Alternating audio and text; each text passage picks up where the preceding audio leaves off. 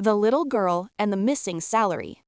She was walking out of her office when she noticed a little girl standing near the gate talking on the phone.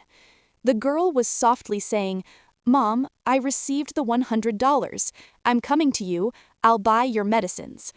There was something in her voice that made the boss stop and look at her carefully. She walked toward the little girl and gently asked, "What are you doing here, sweetheart?" The girl replied innocently, "My mother is sick. She couldn't come to collect her salary, so I came instead. I got $100. I'm going to buy her medicine." The boss was surprised. She knew the girl's mother worked in her company. She immediately called her secretary and asked, "How much is her salary?" The secretary replied, "Ma'am, it's about $150. The boss felt something was wrong. She said, "Call the manager who handles the salaries, right now." The manager entered her cabin confidently. "Yes, boss, you called me?" She asked calmly, "Have you distributed everyone's salary?"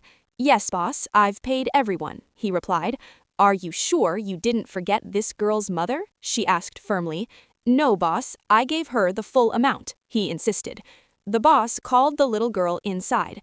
She asked her gently, "How much did you receive?" $100, ma'am," the girl answered honestly. The manager quickly interrupted. "No, ma'am, I gave her the full $150. The boss stretched out her hand. "Give me the money. I will count it." As she counted the cash, the room fell silent. Her expression changed. She looked up and said coldly, "There is only $100 here. Where are the remaining 50?" The manager began to panic. "Ma'am, I transferred it to her mother's account," he lied. The boss's voice became firm and emotional. "You did something terrible. Her mother is sick. She needed that money for medicine. How could you take advantage of a helpless child?" The manager lowered his head. "Yes, ma'am, I did it. I thought a little girl would never know. Please forgive me. I promise I will never do this again." The boss stood up.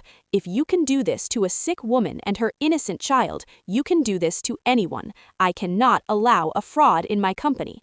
Her final words were strong and unforgettable. "You are fired, and in your termination letter, I will clearly mention fraud. No company will hire you after this." The little girl stood there quietly, holding her money tightly. The boss turned to her and softly said, "Don't worry. From now on, no one will cheat you or your mother again." Sometimes the smallest voices reveal the biggest truths, and sometimes justice begins with the courage to ask one simple question.